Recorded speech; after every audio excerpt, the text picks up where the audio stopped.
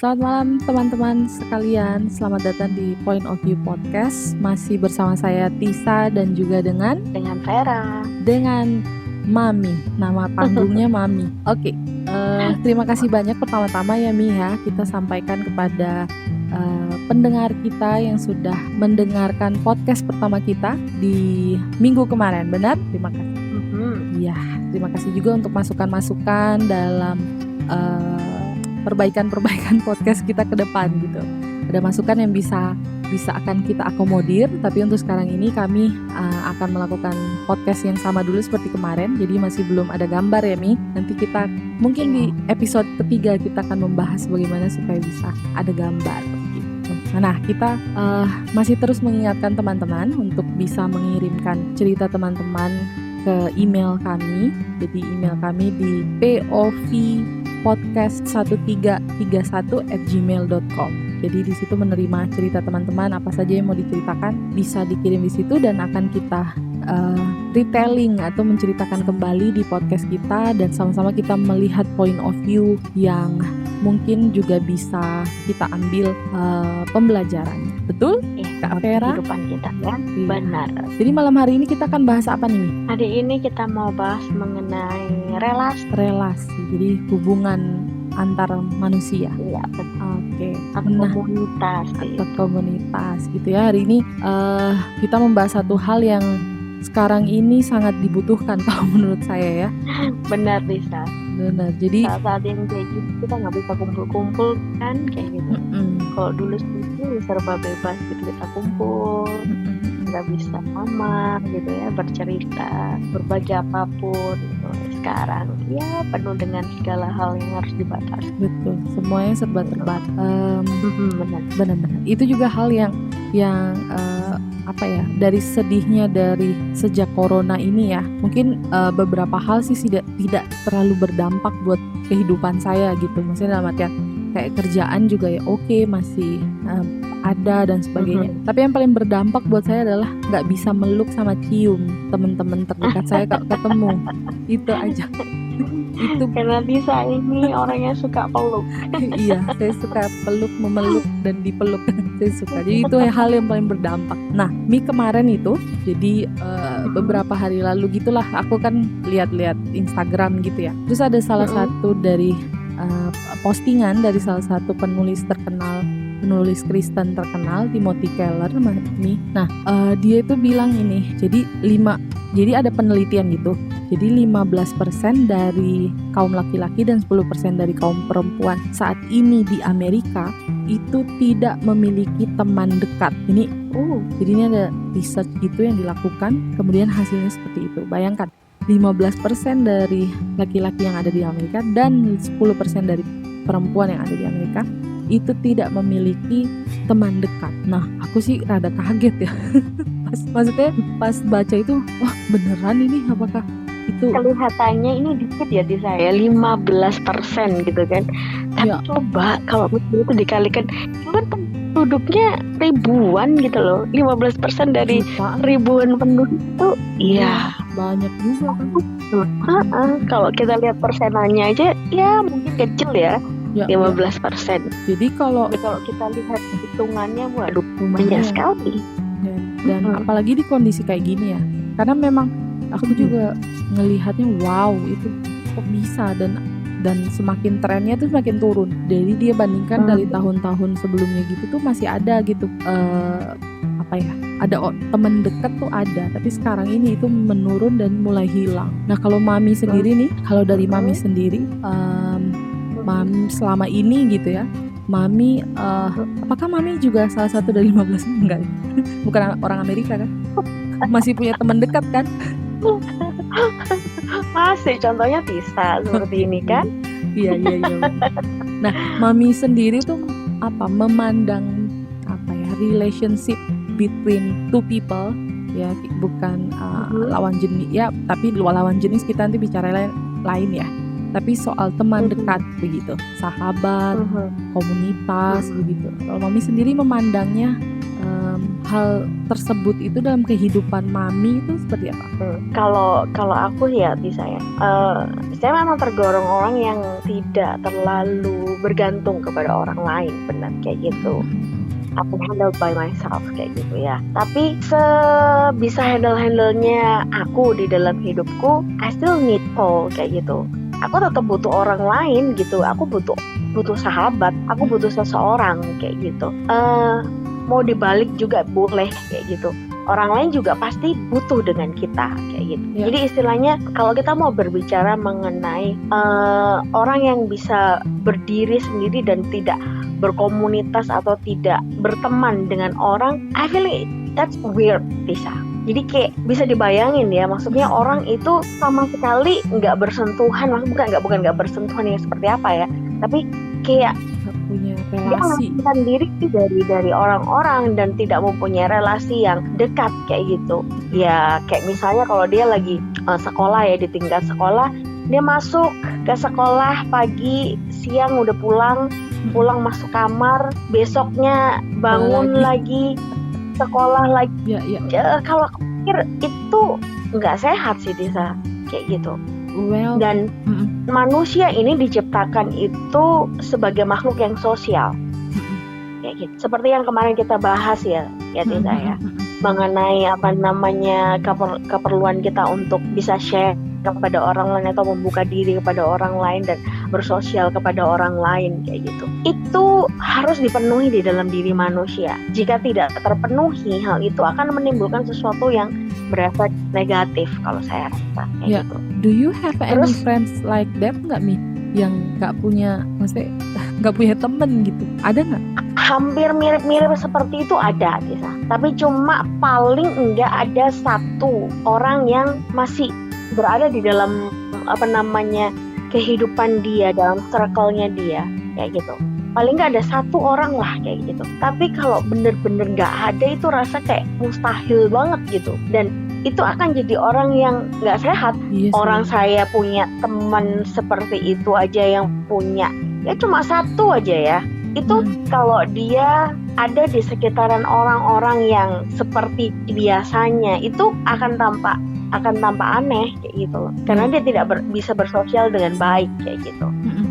Itu sih yang aku lihatnya itu kayak kasihan melihat hal itu kayak gitu. Makanya saya coba untuk masuk di dalam dirinya dia, untuk bisa, sebenarnya hanya butuh orang untuk mengulurkan tangannya untuk mau berteman dengan orang-orang yang seperti itu. Seperti itu dalam artian yang mencoba mengasingkan diri dari sebuah lingkungan kayak gitu. Iya, benar sih. Aku juga memikirkan ya gimana ya. Maksudnya membayangkan diriku sendiri ya pada saat kita memilih untuk membicarakan tema ini.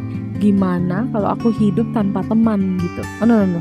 Mungkin bukan tanpa teman ya, tapi lebih banyak tanpa orang dekat, sahabat yang bisa aku ceritain, yang bisa ngasih advice, yang bisa sama-sama berdoa, meskipun dia mungkin nggak bisa ngasih advice, tapi punya teman doa, itu gimana ya? Dan aku sendiri kalau ngeras memikirkan itu ke diriku, kayaknya nggak mungkin nih, aku nggak bisa kayaknya, maksudnya nggak bisa. Mungkin tidak punya teman, tidak punya gimana ya? Nggak punya maksudnya temen hahaha nggak punya, itu nggak apa-apa, tapi nggak bisa kalau nggak punya temen yang tidak bisa diajak cerita gitu, yang betul. Itu jadi gini, aneh. Ada juga kalau kita bicara tadi ya mengenai yang di luar negeri, 15 orang itu tidak punya, nggak punya teman, dalam artian yang 15% ya, 15% manusia atau penduduk itu tidak mempunyai teman. Itu ada juga loh, Tisa, meskipun mereka punya teman dalam berhahaha, seperti yang Tisa bilang tadi, yang lebih parahnya mereka tidak punya teman untuk berbagi hidup. Gitu. Mereka mungkin saja bisa berhahaha dengan banyak orang, kelihatan banyak teman, Tisa, tapi nggak ada teman yang bisa berbagi hidup bersama dia. Berbagi hidup dalam artian kita bisa sharing dengan enak, kita bisa diberikan advice yang baik buat hidup kita, kayak gitu. Atau kita juga bisa memberikan advice kepada orang lain tentang hidup orang lain, itu maksudnya sahabat kita, teman dekat kita, kayak gitu. Nah, tadi kan ada banyak yang seperti itu juga. Tadi kan Mami sampaikan ya, ada temennya Mami juga yang seperti itu. Terus kemudian kami mencoba untuk masuk ke dalam hidupnya dia. Nah, karena menurutku itu penting banget sih melihat orang-orang yang kayak gitu, yang nggak terlalu memikirkan untuk punya teman atau punya teman hahaha tapi nggak punya teman yang dekat. Itu akan nggak sehat banget untuk hidupnya dia ya kalau menurutku. Nah, Mami sendiri pada saat mencoba masuk ke dalam itu kan orang yang nggak mudah kalau menurutku, iya nggak sih? Nah, itu caranya Mami itu gimana nih? Kalau ini waktu aku zaman dulu ya, di waktu masih kayak SMP, SMA gitu. Aku ini orang yang sebenarnya cukup nggak terlalu suka berteman terlalu banyak gitu. Karena saya pikir gini, saya butuh sebuah perkumpulan yang berkualitas, dalam artian membangun saya kayak gitu. Meskipun ya dulu memang saya orangnya ya maksudnya nggak juga anak baik-baik dalam artian yang seperti itu ya, tapi masih punya pikiran yang baik. Bener. Seperti itu. Jadi aku harus punya teman yang bisa istilahnya membawa sesuatu yang baik di dalam hidupku. Makanya saya nggak terlalu kayak terlalu banyak berteman sana apa kayak gitu. Itu nggak seberapa suka dengan hal itu gitu. Dan cenderung lebih ke arah pendiam sih aku dulu. Maksudnya pendiam dalam artian nggak terlalu banyak ngomong kayak gitu modelnya orangnya kayak gitu itu. Nah, aku ya orangnya pengamat, karena aku orangnya tidak terlalu banyak ngomong. Saya orangnya mengamati Tisa. Jadi ketika saya masuk dalam satu kelas, saya akan mengamati satu persatu. Di dalam sebuah kelas itu pasti ada strata kan Tisa ya kan. Ada golongan yang tenar, terkenal gitu ya. Jadi begitu dia lewat gitu, semua orang pasti tahu siapa dia. Kan pasti gitu kan, di SMA Tisa juga kayak gitu kan. Terus ada yang golongan nuakal, memberontak dan sebagainya kayak gitu kan. Terus ada golongan yang pintar-pintar kayak gitu kan. Ada golongan yang minoritas itu tadi kayak gitu. Jadi begitu saya masuk, saya akan memetakan satu persatu di ruangan itu Tisa. Oh, ini golongan ini golongan ini. Nah, itu. Jadi saya orangnya pinter hal itu dari dulu Tisa. Jadi menganalisa gitu. Ini golongan ini golongan ini. Benar. Jadi begitu saya mau masuk dalam satu golongan, mana yang kira-kira itu menguntungkan saya gitu. Menguntungkan dalam arti bukan hal yang jelek gitu, kayak iya, tapi oportunisnya bukan oportunis yang jelek yang seperti apa sih Tita. Saya berpikirnya seperti ini, saya harus bertahan ini di masa bangku sekolah ini kan. Ya kalau misalnya saya tidak masuk pada satu golongan yang menurut saya cukup aman untuk saya sampai lulus gitu, ya sudah, dadal deh gue kayak gitu, dada Vera gitu ya. Saya akan keluar hanya bukan mati ya, tapi kayak kamu nggak survive di situ kayak gitu ya, kamu akan jadi gitu-gitu doang kayak gitu. Nah, saya nggak mau jadi kayak gitu. Jadi saya harus masuk pada golongan yang menurut saya pas dengan gaya saya kayak gitu. Tapi di tengah-tengah saya mencari hal itu dan saya masuk di dalam situ, saya kayak membuka sebuah peluang di dalam diri saya. Ini saya cerita secara saya ya, kayak gitu. Saya membuka peluang dalam diri saya bahwa saya ini sebenarnya orang yang dalam golongan yang bisa aja ada di bawah itu, minoritas itu, kayak gitu. Ngerti nggak ya maksud?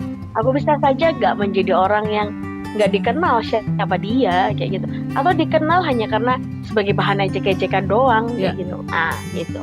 Nah ketika saya mendapati ada beberapa teman yang di dalam tanda kutip minoritas itu, yang ya mereka hanya dijama sama dijama dalam artian kayak disapa di ini itu ya sama orang yang cuma butuh aja kayak dimanfaatkan. Kalau dia bisa dimanfaatkan dalam uang, dimanfaatkan gitu sama anak-anak.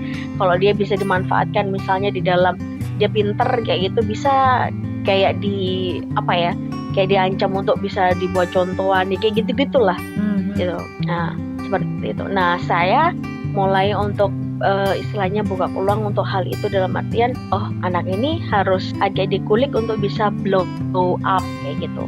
Memang dari dulu selalu punya pemikiran nggak mau melihat orang itu kayak dalam titik rendah gitu. Kayak you harus punya self defense atas diri kamu kayak gitu loh. Itu dari dulu Dari dulu udah ada ya? yang kayak gitu tuh dari dulu, Memang dari Anda SD terpanggil malah untuk Tisa. itu.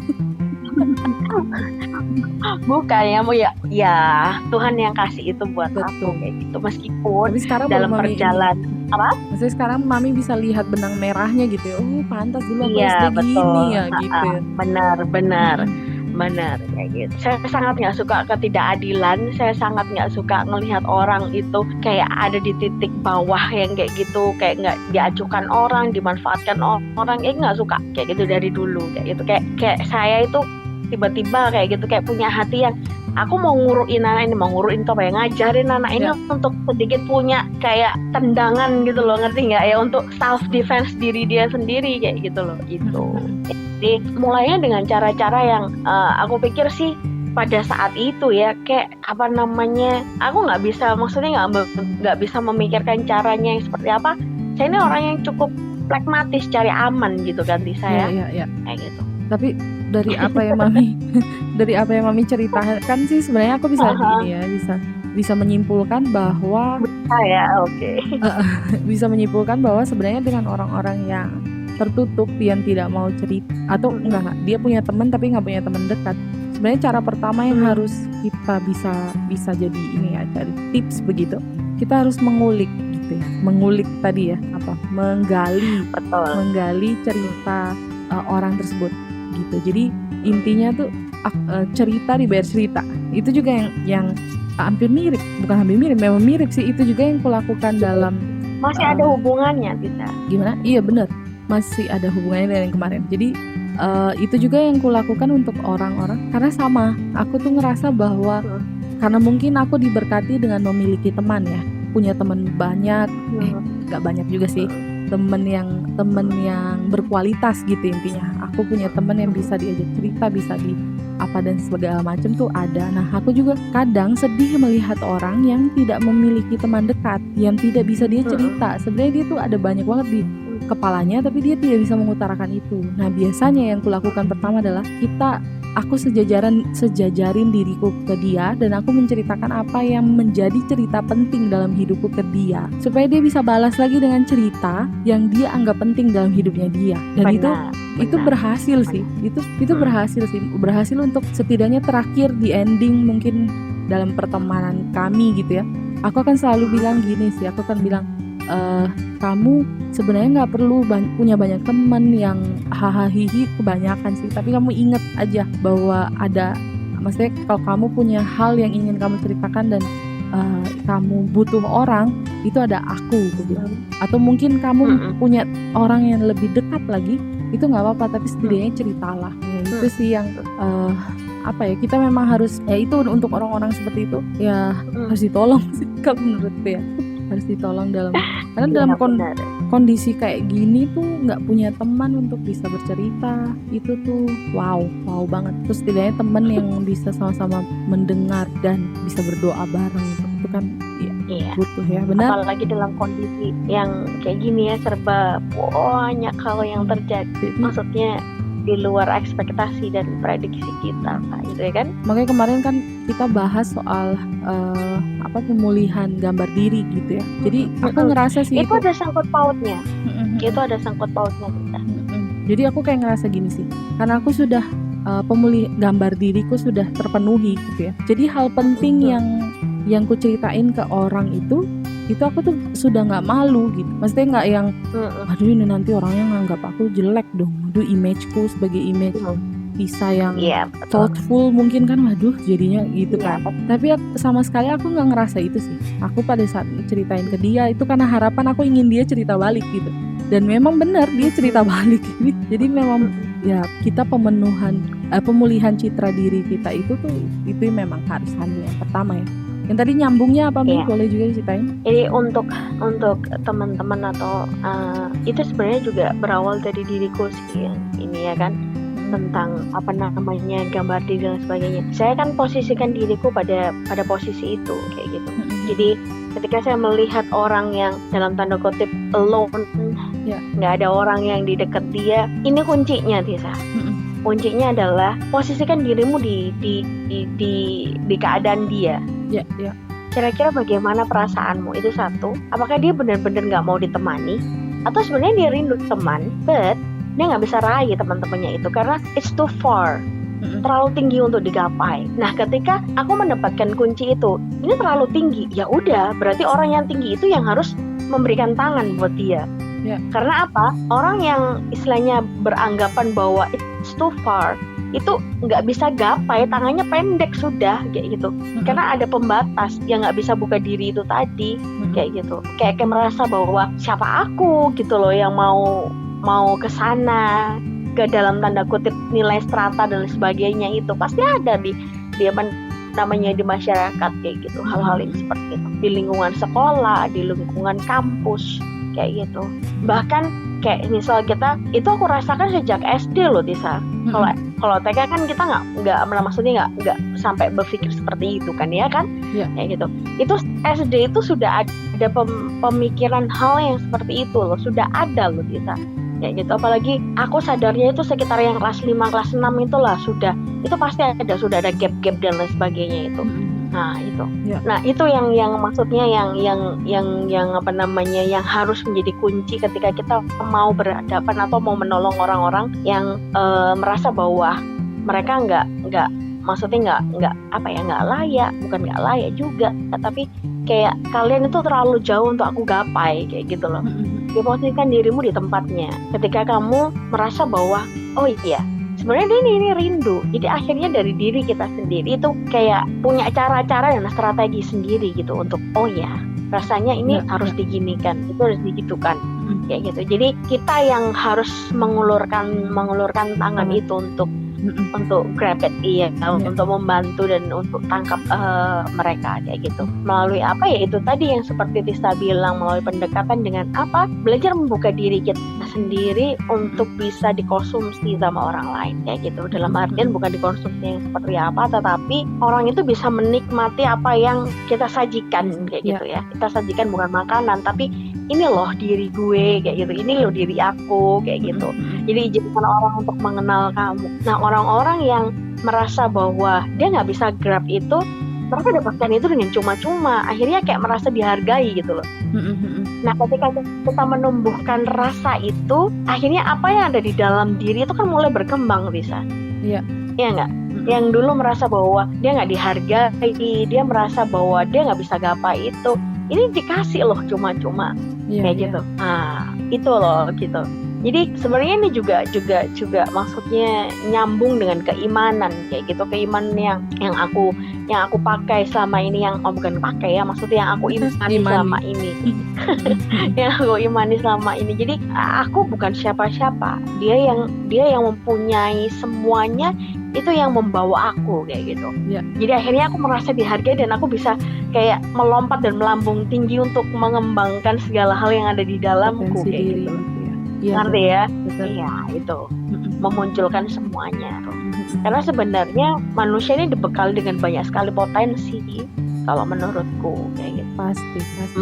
Tuhan membaginya itu rata, cuma ya dari manusianya sendiri aja mau untuk mengembangkan atau enggak. Nah, makanya yang dipakai iblis itu gimana caranya supaya kamu merasa tidak menerima dirimu apa adanya, jadi supaya nggak bisa dikembangin. itu yang dipakai iblis kan, jadinya supaya kamu terus aja ngerasa nggak percaya diri sama dirimu ya biasa-biasa aja, kayak kuncup ya toh. Akhirnya hilang padahal Tuhan menaruhkan hal besar yang akan kamu kerjakan gitu. Nah, cuman benar. Itu aku sih ngerasa sih, Mi, kayak tadi Mami bilang posisikan dirimu di dirinya gitu kan. Ya, hal itu pun bisa terjadi memang kalau kita sudah menerima menerima diri kita gitu. Karena sudah barang pasti kalau kita menerima diri kita, pasti kita juga akan melihat orang itu dari kacamata kasih gitu. Kalau menurutku, jadi kacamata kasih yang kita nggak mau orang itu tuh kayak mungkin ngerasain kita dulu gitu, atau kita yang zaman dulu yang nggak punya teman, yang nggak punya ini karena ngerasa diri kayak kurang gitu. Jadi kasih itulah yang akan menggerakkan kita untuk tahu bahwa orang ini membutuhkan kita gitu. Kemudian Nah, bisa setelah itu baru kita mulai memberikan cerita hidup kita untuk dikonsumsi tadi ya Mami bilang untuk orang itu. Karena teman-teman hal ini tuh kalau menurut saya, menurut kami ya, itu hal penting banget sih untuk sekarang ini. Jadi melihat orang-orang di sekitar kita yang mungkin dia tidak membutuhkan hal yang besar.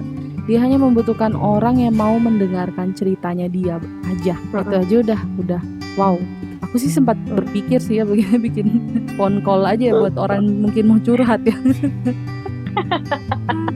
Ini sih lagi mikir aja sih, tapi enggak lah, kita mulai dengan menulis dulu teman-teman. Sekali lagi kami terus mengingatkan teman-teman yang mau menceritakan kisah teman-teman bisa untuk kirimkan email teman-teman ke povpodcast1331@gmail.com. Teman-teman boleh nggak kasih nama juga, it's okay. Kami nggak terlalu apa ya. Kami juga nggak akan menyebutkan namanya. Paling nanti Mawar atau Bambang. Ya nanti kita sebut. Iya. Paling mentok NN ya. Paling mentok NN kan. Iya. Oke. Mungkin adakah hal-hal yang ingin Mami tambahkan lagi mungkin untuk soal hubungan ini atau relasi dengan sesama? Aku sih lebih yang poin seperti ini gitu.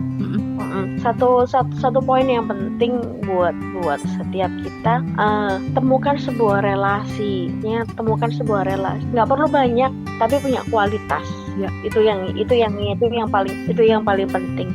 Kualitas dalam artian bukan seperti pandanganku yang tadi gitu ya, pada saat dulu kayak gitu ya, kualitas yang aku bilang yang dulu, meskipun hal itu memang istilahnya bentuk pertahanan hidupku gitu ya kan. Aku mau sekolah di sini nih, aku harus selamat sampai akhir gitu ya, untuk survive gitu kan. Ya, itu ada betulnya juga, tetapi perlu lebih lagi dalam artian melihat itu lebih dalam lagi, dalam artian komunitas itu bisa membangun aku nggak, meskipun memang dulu di dalam kacamata yang dulu memang hal itu ya aku pikirkan kayak gitu. Aku harus punya komunitas yang bisa membawa aku sampai selamat dalam artian di kota kuliah atau sekolah ya kayak gitu. Nah, temukan sebuah komunitas yang bisa membangun diri kita kayak gitu, menjadikan kita lebih baik, terus menjadikan kita lebih hidup dalam artian kayak about life gitu loh, bukan yang life artian kita menghirup udara ya di saya, tapi hidup dalam sebuah kehidupan kayak gitu loh, ngerti ya? Jauh lebih deep lagi, lebih dalam lagi kayak gitu. Jadi temukan satu komunitas yang nggak perlu banyak-banyak kayak gitu. Kamu punya temen kayak gitu sana sini, nggak perlu kalau kita nggak mampu. Tapi kalau mampu, go ahead gitu ya, silakan. Atau kamu butuh, misalnya banyak orang yang sebenarnya butuh komunitas yang banyak-banyak untuk bisa ini kan. Gitu. Tapi temukan satu circle yang benar-benar bisa membangun hidup kita. Dan perkuat circle itu dalam artian bisa saling untuk sharing satu dengan yang lain dan bisa kayak long last gitu ya. Benar. Puji Tuhan kayak seperti kita gitu. Tapi sok banget gitu. Iya memang benar sih itu. Tapi gini sih Mi, kita juga harus berhati-hati ya teman-teman, dalam artian ketika kita menemukan relasi gitu dengan orang lain, atau dalam artian gini, jangan sampai kita melewatkan relasi itu. Ya mungkin Tuhan tuh naruh di dalam hidup kita, di persimpangan hidup kita untuk orang-orang ini yang bisa menemani kita gitu. Tapi kita lalai, akhirnya benar. Kayaknya enggak deh, ngapain. Itu aku rasain sih.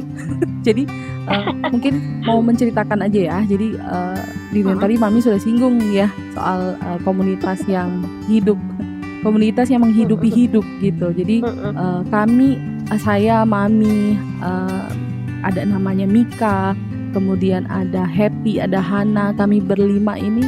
Mungkin Mami sudah punya juga. Kami terkumpul dalam KTB teman-teman, kelompok tumbuh bersama, atau kelompok di mana kami biasanya sharing mengenai hidup. Yang paling penting sih sharing Alkitab ya. Sharing Alkitab, kita sama-sama. Ya karena kami beragama Kristen, jadi kami sama-sama men-sharingkan Alkitab, kami sharing hidup di situ. Nah, dulu itu pernah, jadi pada saat awal itu Mami ini kan sebagai kakak KTB, atau ketua geng. Pemimpin KTB. Mungkin lebih Ketua keren. geng. Lebih keren ketua geng daripada ini. Oke. Jadi ketua atau pemimpin begitu, pemimpin kelompok ini. Nah, dulu itu ada 4 orang kami berempat ya. Dulu sebenarnya berenam, sorry ya, 6 ya Mia harusnya ya. 2 hilang kan, bener nggak? Betul kan? Benar-benar. Nah, jadi dulu pun hampir saya dan teman saya Happy itu juga dulu pernah hampir hilang gitu. Tapi itu yang aku bilang, dan ada 2 yang akhirnya hilang bener-bener ya, nggak balik. Jadi itu sih teman-teman. Jadi ketika teman-teman jangan sampai teman-teman tidak peka gitu, bahwa sebenarnya Tuhan itu lagi nyelipin orang yang memang Tuhan mau untuk ada dalam hidup teman-teman gitu, untuk terus ada, berproses bersama, belajar bersama, menikmati Tuhan bersama. Nah, itu hal yang berharga banget teman-teman. Jangan sampai itu dilewatkan. Itu juga yang aku rasakan di pekerjaanku yang pertama, kedua, ketiga, keempat, kelima, sampai pekerjaan yang mungkin berapa kali nanti pekerjaan gitu. Ketika Tuhan menaruh seseorang, please kamu harus berdiam dan mulai mikirin deh, apakah memang hubungan ini you have to fight, mas dalam artian kamu harus, oh iya ini hubungan yang baik buat kamu, dalam artian membuatmu bertumbuh, baik pribadi, pikiran, hati, tindakan dan sebagainya, ataukah tidak gitu. Memang benar sih, itu hal yang sangat baik untuk kita pikirkan. Jadi aku juga terpikirkan nih, mungkin podcast kita minggu depan kita akan membahas mengenai toxic people. Mungkin kita harus bandingin. Jadi bagaimana toxic people ini, maksudnya kadang kan kita berteman kita berteman kan, contoh aku juga pernah merasakan itu, berteman ternyata pertemanan kita itu smooth pertemanannya, cuman ternyata ada hal yang ternyata itu tidak baik juga untuk dirinya gitu kan, dan diri semua orang yang melihatnya mungkin ya. Nah itu kan how to get away from toxic people, atau kita gimana sih kita notice bahwa itu sebenarnya dia toxic dalam hidup kita, atau sebenarnya dia melakukan hal yang benar cuma kita aja nggak bisa terima gitu. Mungkin kan bisa gitu juga ya. Gitu Mami. Atau haruskah kita pergi dari orang toxic people itu ya? Kan haruskah kita pergi atau haruskah kita berproses apa gitu, membenarkan atau apa gitu.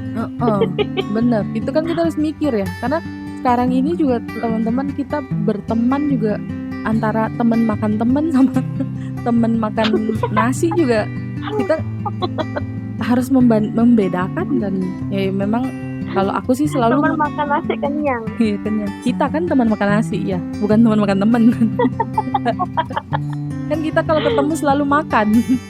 Iya benar. Gak pernah nggak makan. Kalau nggak makan tidur. Ya Allah. Kerjaan. Ya itu sih. Jadi sorry. Jadi itu sih yang ingin kita bicarakan malam ini ya Mi.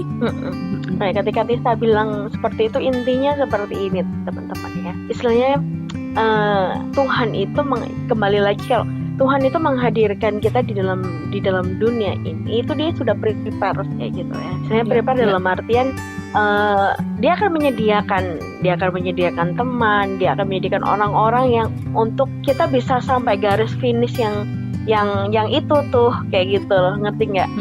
Nah, ketika kita jalan di dalam sebuah jalan untuk menuju ke garis finish itu, kita butuh bantuan teman-teman. Nah, bantuan itu yang Tuhan berikan kita, Tuhan selipin di setiap jalan kita, untuk kayak orang kalau lari maraton ya Tisa ya, bukan maraton ya, lari yang panjang itu apa ya? Bener maraton ya? Bener maraton aku.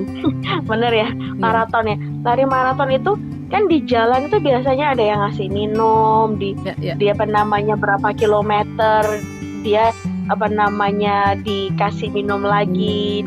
Nah, Tuhan itu sama seperti itu, ketika kita melihat kita ada di dalam sebuah, kan hidup nggak mungkin baik-baik aja kan ya Tisa ya, kayak gitu. Ada sebuah naik dan turun kehidupan, dia akan menyelipkan orang-orang atau sesuatu di dalam kehidupan kita kayak gitu. Nah, seperti apa yang Tisa bilang gitu, jangan sampai ketika sebenarnya Tuhan sudah menyelipkan orang-orang yang dalam tanda kutip yang punya kans untuk menolong kita untuk bisa sampai ke garis finish itu dengan baik, dengan maksimal, itu kita acuhkan kayak gitu. Ya. Jangan sampai pelari maraton itu ketika ada pada satu titik dia diberikan air, dia merasa bahwa dirinya tough, kuat, dan akhirnya tidak mengambil air itu, sehingga pada saat dia lari belum sampai setengah perjalanan dia akan mendapatkan air itu dia sudah nggak bisa dan dia nggak kuat. Itu contohnya ini ya, apa namanya, untuk kita bisa melihat gambarannya itu seperti itu. Kayak gitu, Tisa. Itu benar sih. Jadi untuk teman-teman, mungkin di ending podcast ini mungkin kami meminta teman-teman untuk merenungkan gitu. Apakah ada orang-orang yang mungkin terlewatkan, yang mungkin sudah mau memberikan hidup ke kita untuk sharing hidup ya, tapi kita membiarkan itu pergi gitu. Kita harus sama-sama merenungkan sih. Banyak orang yang mungkin mengasihi tidak dihargai gitu, betul. Mungkin kita apa ya, karena itu tadi sih kayak ngerasa aku bisa sendiri gitu. Dan teman-teman lupa bahwa Tuhan tuh nyediain orang-orang yang mungkin diselipin tapi aku bisa sendiri gitu. Jadi mungkin kita bisa sama-sama merenungkan, memikirkan gitu, siapa orang yang kita lupakan atau kita lewatkan atau tidak kita hargai mungkin pada saat dia sudah mau untuk memberikan hidupnya buat kita. Tadi kan ada dua hal yang kita bahas kan ya, saya. Orang yang benar-benar sendiri dalam artian memang nggak ada orang nih yang menyentuh dia. Seperti apa yang aku ceritakan menjadi pengalamanku gitu ya. Apa namanya, tentang temanku itu. Tapi ada orang-orang yang merasa bahwa dia itu bisa berteman dengan siapapun kayak gitu ya kan. Dia banyak sekali perkumpulan sehingga itu hanya sebagai euforia pertemanan saja, tapi dia nggak dapatkan satu orang yang secara personal gitu yang bersama-sama dengan dia.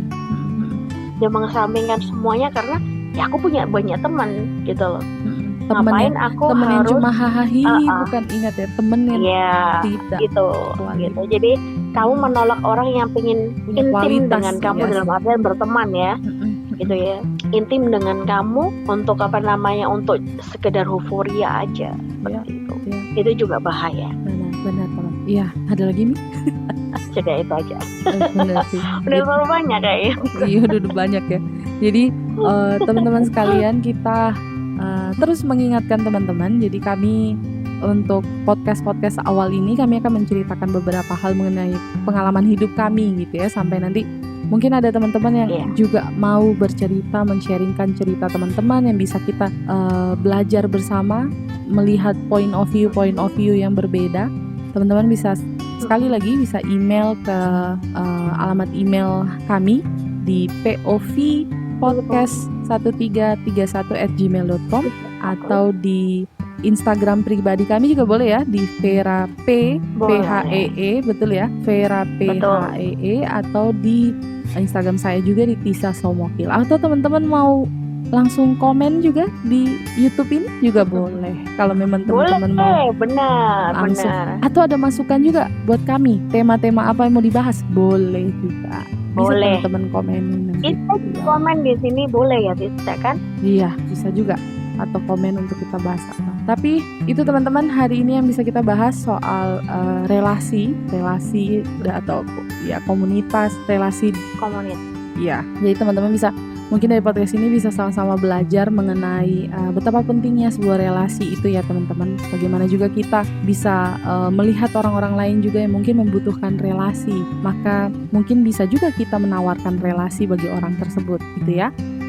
Oke teman-teman, terima kasih banyak. Kita terus mengingatkan teman-teman sekalian untuk COVID ini ya Mi. Jadi kita doain sih untuk hari ini sih ada pencapaian baik ya, ada 3.000-an ya, sekitar 3.000-an saya lupa yang sembuh terhadap COVID. Jadi puji Tuhan. Nah untuk terus kita ingatkan ada hal baik lah paling enggak ya, meskipun sekarang kayak semakin mencekam karena banyak jalan ditutup, heboh kan kiri kanan.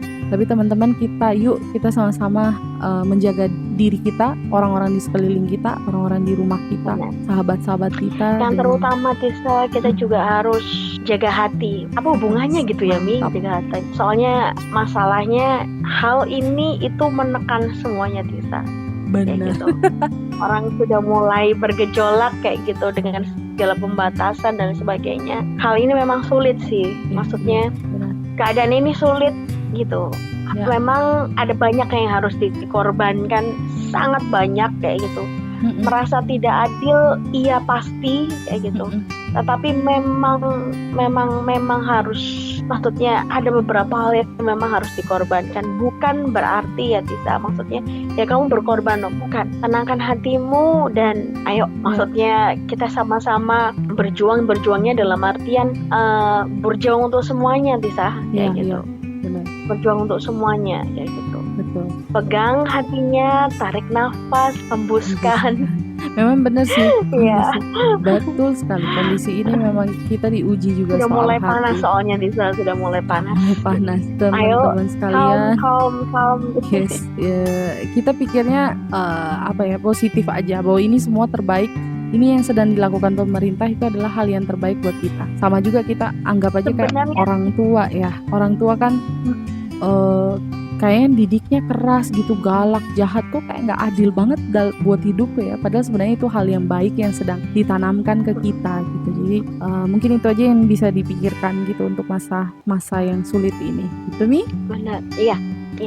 Oke, teman-teman, terima kasih banyak sudah mau mendengarkan. Semoga dari podcast kami bisa ada pencerahan atau point of view lain yang bisa teman-teman lihat dan bisa teman-teman terapkan juga dalam kehidupan teman-teman, atau teman-teman sharingkan ke orang lain juga. Betul, Mami Vera? Boleh banget. Yes, terima kasih banyak teman-teman. Salam sehat terus dimanapun teman-teman berada. Tuhan memberkati dan selamat Tuhan malam. Memberkati. Selamat malam. Selamat malam. Bye. Bye.